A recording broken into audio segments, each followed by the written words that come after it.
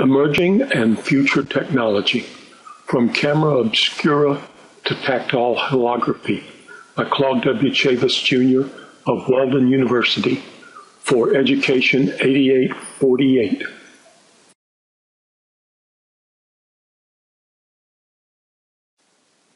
The term photography is derived from the Greek words photos, meaning light, and graphen, to draw.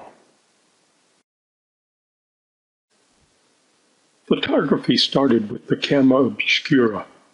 Camera obscura is a Latin phrase that means darkened chamber or room. It's an optical device that projects an upside-down image of its surroundings on a wall. It's one of the inventions that led to photography. The first camera obscura was built in the 11th century by an Iraqi scientist named Abu Ali al-Hassan. His practical experiments were described in his Book of Optics.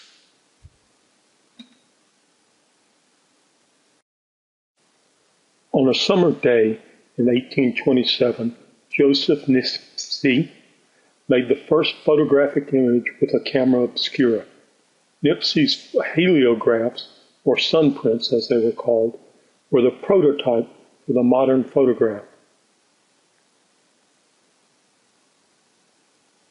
12 years later, in 1839, Louis Daguerre developed a more convenient and effective method of photography. He named it daguerreotype after himself. In the early 1940s, commercial viable color films were brought to the market. These films use the modern technology of dye-coupled colors, in which a chemical process connected 3 dye layers together to create an apparent color image. In December 1975, Eastman Kodak inventor Steve Sassoon developed the digital camera. The 8-pound camera recorded 0.01 megapixel black and white photos to a cassette tape. The first photograph took 23 seconds to create. To play back images, data was read from the cassette and then displayed on the television set. This college has a very large presence in the health and allied health fields, the sciences, and the arts. So between those, there's extensive use of diagram and photography-based lessons within there, because you can't learn anatomy, you can't learn nursing, all these things unless you see it or feel it. And there's no way to just abstractly understand the skills you need for these fields. Because most courses are done online, and all of them have some online component, traditional photography hardware and delivery methods have much gone by the wayside in favor of digital photography, just for the sake of easier to store, it's much cheaper to produce, and it has that sense of familiarity with the generation we're teaching right now. McLuhan's tetrad.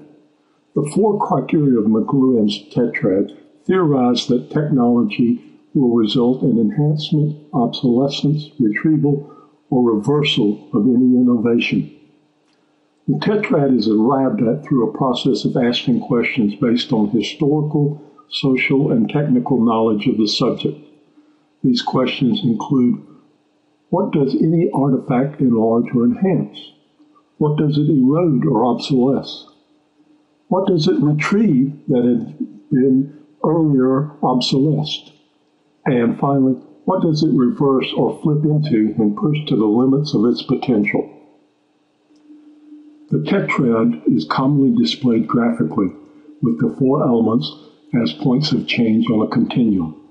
In the case of our obsolete film photography, the enhancement was a solution to previous problems of unyielding recording media and the time required to record images.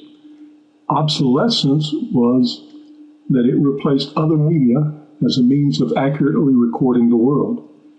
A photograph is worth 1,000 words. In retrieval, It helped recover the segmented values and cathartic insights that were once the realm of painters.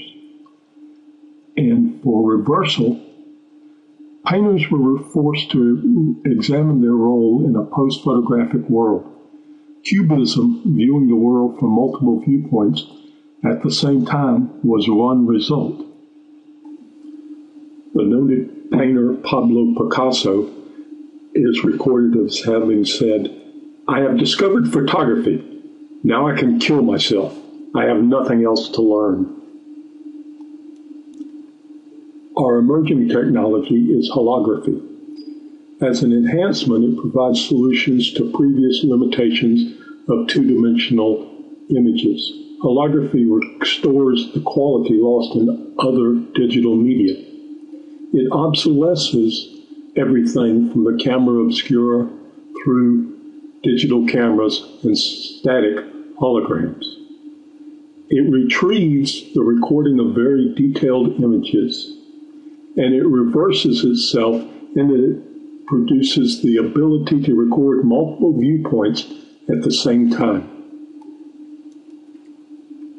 Dr. Thornburg's 6 forces include evolutionary technology, rhymes of history, disruptive technology, science fiction, increasing returns, and red queens. Photography has developed as an evolutionary technology since its inception in the form of camera obscura.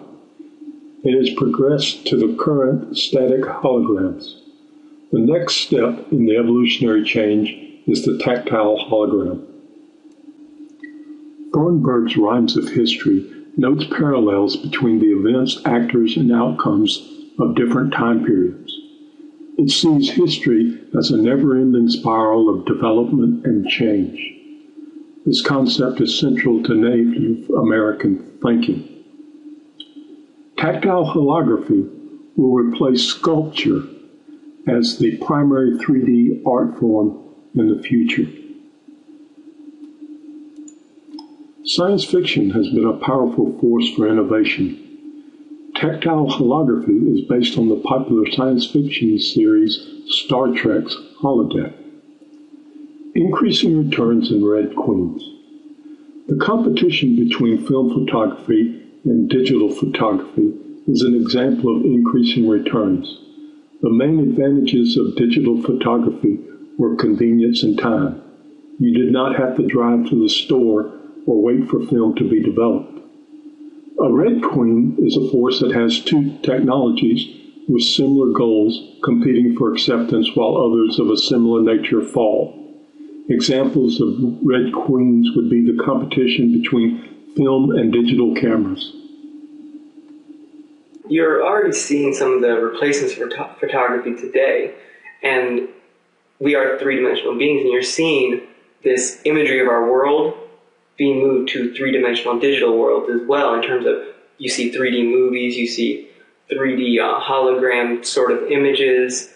If you watch any television show, which, I mean, they're loosely based on the reality, those crime shows where you can have 3-dimensional virtual models of almost anything. And just as photography is a step up from explaining an image through the written word, seeing things digitally as we see them in real life is the next logical step. In general, I feel that film and photography are one of the most powerful tools that you could use for education, especially in technical and community colleges, because it's shown that upwards of half the population, and more so when you pull the community college demographics, are in the visual learners of the different perspectives of learning. They're not audio learners. They generally are in that either visual or tactile sense. So going toward photography, film, visual media, and even toward the tactile media, which could be where you can even see, to feel, to touch these 3-dimensional images, is going to greatly serve this demographic and help them achieve success. Touchable or tactile holography is being developed by Shenandoah Labs at the University of Tokyo. A holographic image floating in midair is no longer a mere dream. Although you can see the images, you cannot feel any reacting sensation. Their objective is to enhance the reality of holography. One method is hand tracking.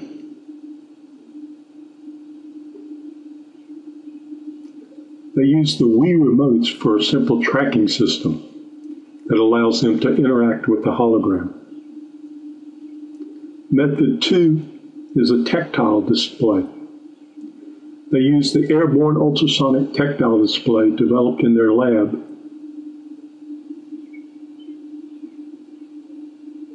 Ultrasound pushes objects in the direction of its propagation.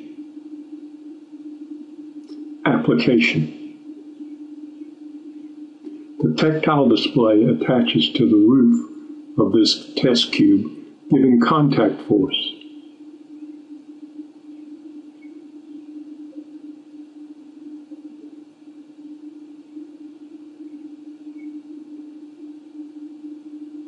You can feel raindrops falling on your hand.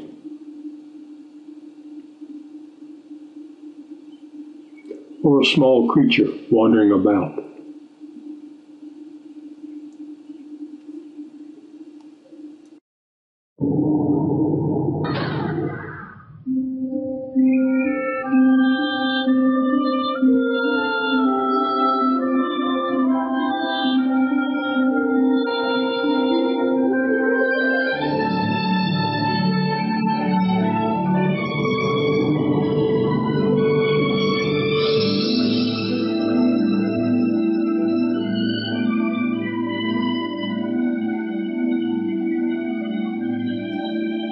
One day soon, we too may enter a holodeck.